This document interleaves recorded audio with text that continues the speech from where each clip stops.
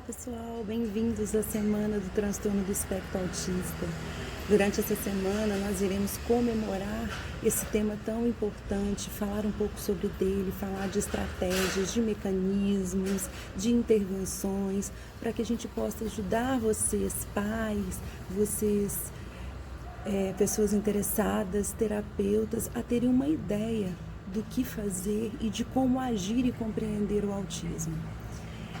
Essa semana nós estamos comemorando a Semana do Autismo por ser o dia 2 de abril, o dia de conscientização do autismo. Então nós aproveitamos essa semana, estamos aproveitando essa quarentena que estamos em casa e aproveitando para estudar mais um pouco, para repassar conhecimento e para adquirir conhecimento também, não é verdade? Pois é, o que é o autismo então? O autismo ele é um transtorno do neurodesenvolvimento, um transtorno neurológico, classificado pelo diagnóstico de saúde mental.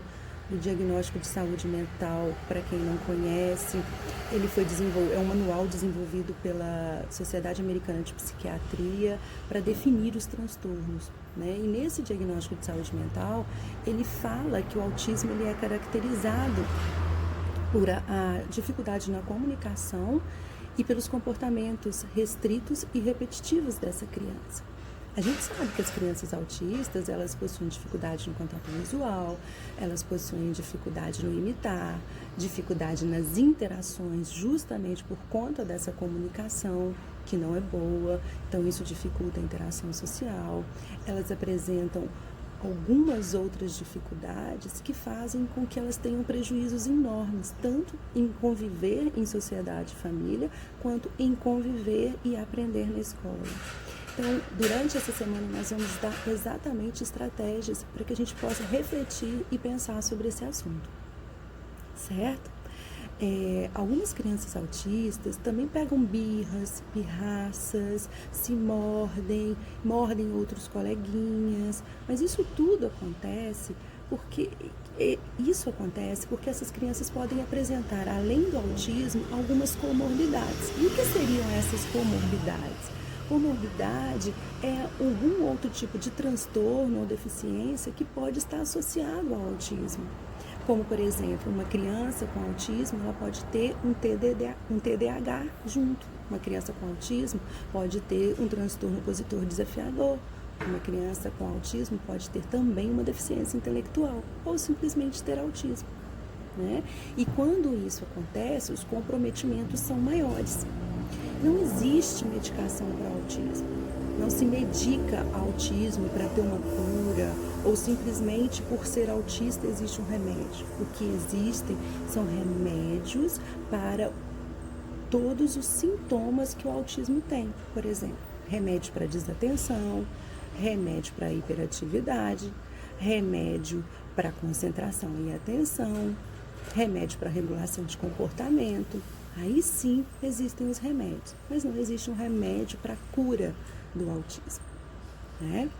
E o autismo, ainda segundo o diagnóstico de saúde mental, que é o DSM-5, ele é dividido em 3 categorias: o autismo leve ou de alto funcionamento, o autismo moderado e o autismo severo, cada uma com suas especificidades. O autismo leve, a gente costuma encontrar muitas crianças na escola que não têm atrasos cognitivos, que conseguem acompanhar, que conseguem aprender, claro, com todos as suas características próprias, alguns com seletividade alimentar, outros com dificuldade de fala, dificuldade na interação social, mas ainda conseguem, mesmo assim, ter um bom convívio dentro da escola, do ambiente familiar e com os colegas.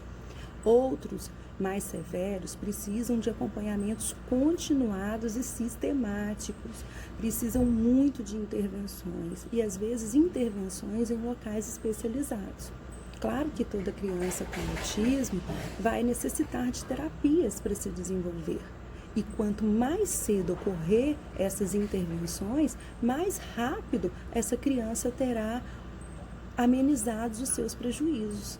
Então, o que, que a gente fala? Que uma criança antes dos 3 anos, que é estimulada antes dos 3 anos de idade, ela tem muito mais chances de perder aquelas características que a prejudicam do que uma criança que passou dos 3 anos. Por quê? Porque a neuroplasticidade durante esse período, ela é muito maior, certo?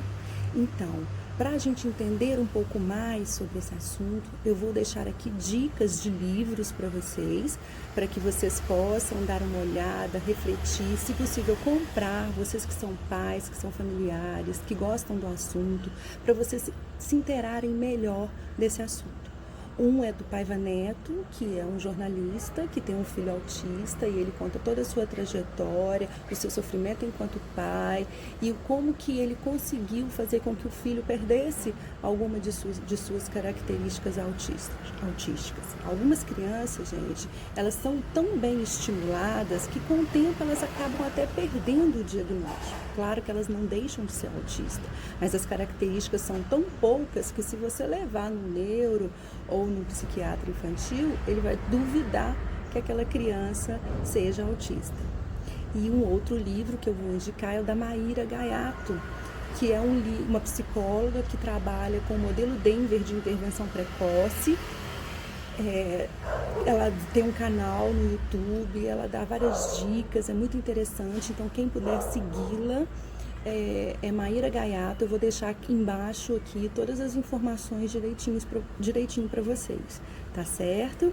Então qualquer dúvida, qualquer questionamento que vocês queiram me fazer sobre esse nosso primeiro encontro, mandem aqui pelo direct que eu vou estar respondendo. Até amanhã e um grande abraço!